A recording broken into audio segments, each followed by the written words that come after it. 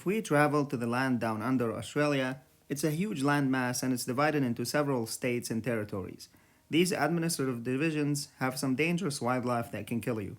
But what kills me the most about them is their horrible flags, except for those two territorial flags that are not too bad.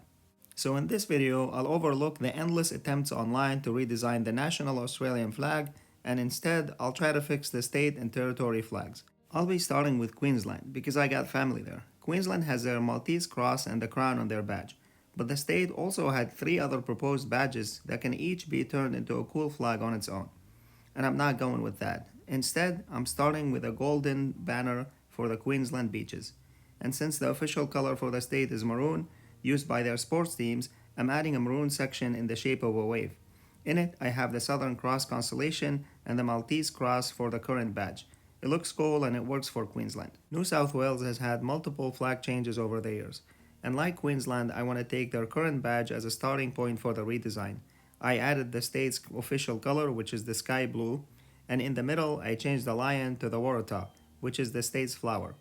It is very distinctive and it looks great waving in the wind. Victoria is next, and I'm starting with the navy blue banner, and I'm taking inspiration from the previous logo used by Victoria's government, which had a white triangle, a southern cross, and a crown. After that, I added this beautiful Aboriginal symbol. This maintains the Victorian traditional look and adds the important native touch that looks good from far away. Western Australia has a cool yellow badge with a black swan, which is where I got the yellow and black banner with the black swan on the hoist and the Southern Cross on the right side. I really like the black and yellow on this one as it stands out among a sea of blue, green, and red flags. Moving on to South Australia, they have 3 official colors, so I'm starting with their blue, yellow, and red, but to make it more exciting, I took this boomerang from these Australian national flag redesign attempts and I put it on this one. And from the current badge, I took the magpie. And it's also worth noting that this white-backed magpie was picked as the badge for the state in 1901.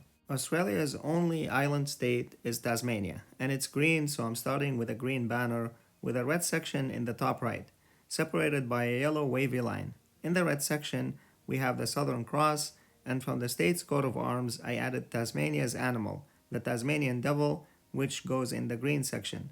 Check out how awesome it looks waving on the flagpole. The Australian Capital Territory's flag has these angry looking swans, but I actually like it as is, and the only small modification I'd make to it is to use the same wavy division that I used on my Queensland flag. I also want to mention this popular redesign attempt I saw online with the territory's official flower replacing the coat of arms, but I think it looks good as is with the cool angry swans.